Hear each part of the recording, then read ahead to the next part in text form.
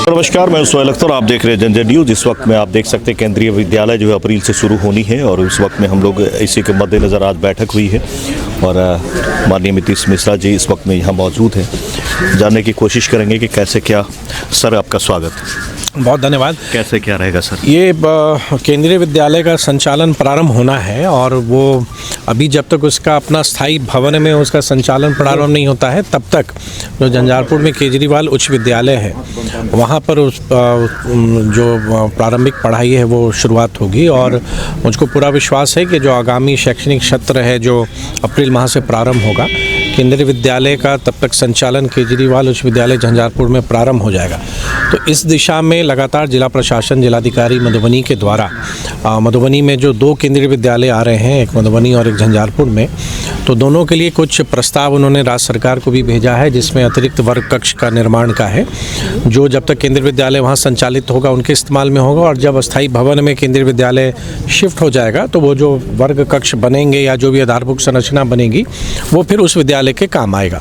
तो केजरीवाल उच्च विद्यालय में 2 तरह से आज प्रबंध समिति की बैठक में हम लोगों ने विचार किया। एक तो केंद्रीय विद्यालय के लिए किन क्या आवश्यकताएं हैं और उनके लिए क्या हमको कुछ आवश्यक कार्य करने हैं, और दूसरे जो यहाँ पे अध्ययनरत छात्र छात्राएं हैं या जो शिक्षकगण हैं उनकी क्या आवश्यकताएं हैं। तो उसको प्रबंध समिति में जो राशि हमारे पास विकास कोष में उपलब्ध है, प्राथमिकता के आधार पर जो कार्य आवश्यक होंगे उन कार्यों को हम लोग संपादित करेंगे। कितना से कितना तक का पढ़ाई रहेगा सर? देखिए, जहाँ तक मेरी जानकारी है वर्ग 5 तक की पढ़ाई होगी केंद्रीय विद्यालय में अभी, और मुझको बहुत प्रसन्नता है कि जहाँ मधुबनी ज़िले में केंद्रीय विद्यालय नहीं थी वहाँ 2 केंद्रीय विद्यालय का संचालन प्रारंभ हो रहा है। और साथ ही साथ जो हमारे जो अपने विद्यालय हैं सभी विद्यालयों में बेहतर इंफ्रास्ट्रक्चर हो जाए, शिक्षकों को के साथ साथ जो हमारे छात्र वहाँ अध्ययनरत हैं या जो छात्राएँ अध्ययनरत हैं एक बेहतर माहौल उनको मिले। और मुझको बहुत प्रसन्नता है कि चाहे वहाँ के विद्यालय के प्रधान हो या हमारे जितने शिक्षकगण हैं या जो नॉन टीचिंग स्टाफ हैं, सब में एक बहुत उत्साह है और सब चाहते हैं कि मेरा विद्यालय बेहतर हो, मेरे विद्यालय का संचालन अच्छा हो और मेरा विद्यालय उत्कृष्ट रहे। टीचर सर यही रहेंगे या उनके लिए अलग से टीचर आएंगे? नहीं, केंद्रीय विद्यालय की तो अपनी संरचना है। केंद्रीय विद्यालय की तो वो केंद्रीय विद्यालय संगठन है, उसके अपने मानक हैं, उसके अपने मापदंड हैं, वो अलग है। उसको जो हमारा जो अभी एग्जिस्टिंग हाई स्कूल है उससे कोई उसका वो अलग सेटअप ही होगा, तो उसको एक अलग अस्तित्व में ही हम लोग माने।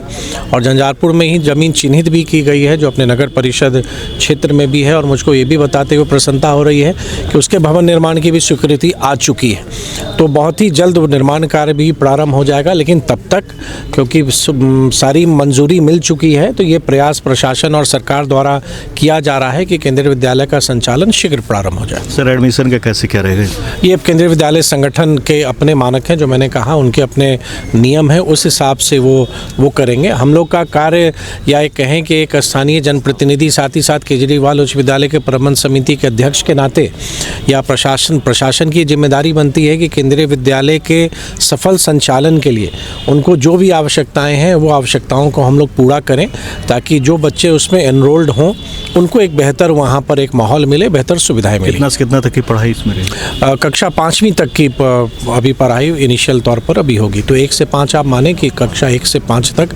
और जो केंद्रीय विद्यालय के अपने जो प्रोविजंस हैं उस प्रोविजंस के हिसाब से, लेकिन जो अपर क्लास है अभी वो 5 तक ही रहेगा। और मुझको लगता है कि आने वाले समय में जब अपना भवन भी उनका निर्मित हो जाएगा तो जो पूरा केंद्रीय विद्यालय का जो एक फुल फ्लेज्ड ऑपरेशंस है वो कहीं ना कहीं सर आपका लाया हुआ है, आपके समय में बन रहा है, तो कैसा? नहीं, बहुत प्रसन्नता हो रही है, बहुत संतुष्टि हो रही है। और इसको कह सकते हैं, देखिए सब होता है कभी कभी कोई प्रयास, पहले तो जिला में एक ही नहीं था तो मधुबनी जिला को एक मिल जाए वो ही बहुत बड़ी बात लगती थी, और तो मधुबनी जिला को 2 केंद्रीय विद्यालय मिल गए हैं। और मुझको बहुत प्रसन्नता है। भारत सरकार को आभार देना चाहेंगे आदरणीय शिक्षा मंत्री धर्मेंद्र प्रधान जी को और माननीय प्रधानमंत्री नरेंद्र मोदी जी का, जिनका विजन है एक बड़ी संख्या में बेहतर शिक्षा के लिए केंद्रीय विद्यालयों की स्वीकृति प्रदान की गई है। सर, इससे हट के एक सवाल आपसे मैं पर्सनल करना चाहूँगा कि मैं इस वक्त में टूर पे गया था तो इको पार्क बहुत देखने को मुझे मिला सर। राजगीर में बन रही है, फिर मैं जब कैमूर में गया सर तो वहाँ पहाड़ी के बगल में जो है बहुत बड़ा इको पार्क बन रहा है। तो सर, झंझारपुर की जो बन रही थी उसमें कैसे क्या? वो तो अब कार्य प्रारंभ हो चुका है और आप जानते हैं कि जो बायोडाइवर्सिटी पार्क बनना है और मिथिला क्षेत्र का वो पहला बायोडाइवर्सिटी पार्क बनेगा। और जो मुझको जानकारी दी गई है जो वन विभाग के लोगों के द्वारा कि कार्य भी वहाँ इनिशियल ऑफिशियल प्रारंभ किया गया है। 2 वर्ष का समय है उनको करने का, और मुझको जहाँ तक मुझे स्मरण है 10 करोड़ की लागत से वो निर्माण होना है। तो मुझको लगता है कि अपने आप में मिथिला क्षेत्र में वो पहला बायोडाइवर्सिटी पार्क बनेगा। नेशनल हाईवे के नज़दीक है भारतमाला, और उसको 2 NH की कनेक्टिविटी मिलेगी। तो आने वाले समय में मुझको ये विश्वास है कि बड़ी संख्या में लोग वहाँ आएंगे। स्थानीय लोग के लिए तो वो एक आप कह सकते हैं कि एक बहुत बड़ा एक स्थान हो जाएगा उनके भ्रमण के लिए। क्योंकि सर मैं घूम रहा था तो मैंने देखा तो मुझे उत्साह हुई कि हमारे यहाँ भी बन घूमते ही रहते हैं, बिहार के विभिन्न हिस्सों में आप जाते रहते हैं, और आप तो एक बाइकर के तौर पर वैसे जगह भी आप गए हैं जहाँ कम लोग देखेंगे, और आपके माध्यम से हम लोगों ने भी देखा है बिहार की बहुत सारी नई जगह को भी आपने दिखाया है। बहुत शुभकामनाएं, ठंड में थोड़ा सा भी संभल के रहेंगे। ओके, थैंक यू, बहुत शुभकामनाएं। Thank you. ये थे हमारे नीतीश मिश्रा, यहाँ के MLA मंत्री बिहार के रह चुके हैं, और इतनी तेज तरह की जो चीज़ हाथ लगता है उसको ऐसा चमका देते हैं कि फिर बिहार वासी इन्हें भूल नहीं पाते हैं। इस वक्त मैं इनसे बातें कर रहा था, ये यहाँ आए हुए थे। आप देख सकते हैं यहाँ पर केजरीवाल उच्च विद्यालय +2 में है, और यहाँ पर केंद्रीय विद्यालय अप्रैल से शुरू हो रही है, जो कि आपको वाटिका से 5 तक होगी, यानी 1 से 5 भी कह सकते हैं आप उसे, LKG से 5 तक कह सकते हैं।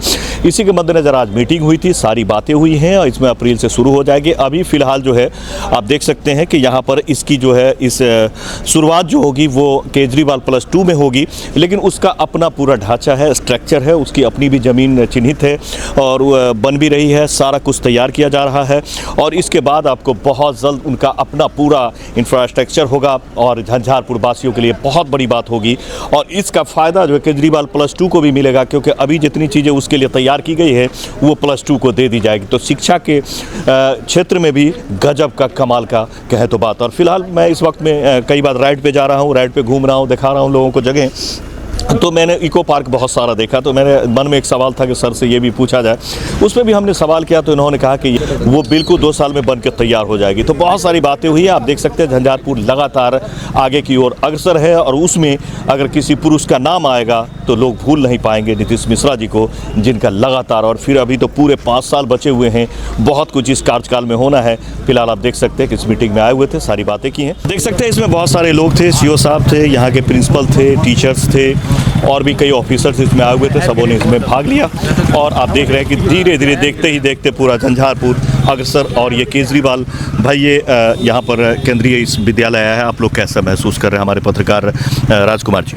ये बहुत गर्व की बात है। मधुबनी जिला में विद्यालय नहीं था, केंद्रीय विद्यालय, यहाँ 2 विद्यालय का स्थापना होने जा रहा है, और अगले सत्र से पढ़ाई चालू होने जा रही है। इसी कड़ी में नीतीश मिश्रा जी जो पूर्व मंत्री हैं हमारे, और बहुत ही लोकप्रिय नेता है, जुझारू उपन के अंदर कूट के भरा हुआ है। इन्होंने आज केजरीवाल स्कूल में आया है, निरीक्षण किया है, और अपने शिक्षकों के साथ आवश्यक बैठक की है, जिसके लिए भवन निर्माण वगैरह संबंधी की जानकारी लिया है।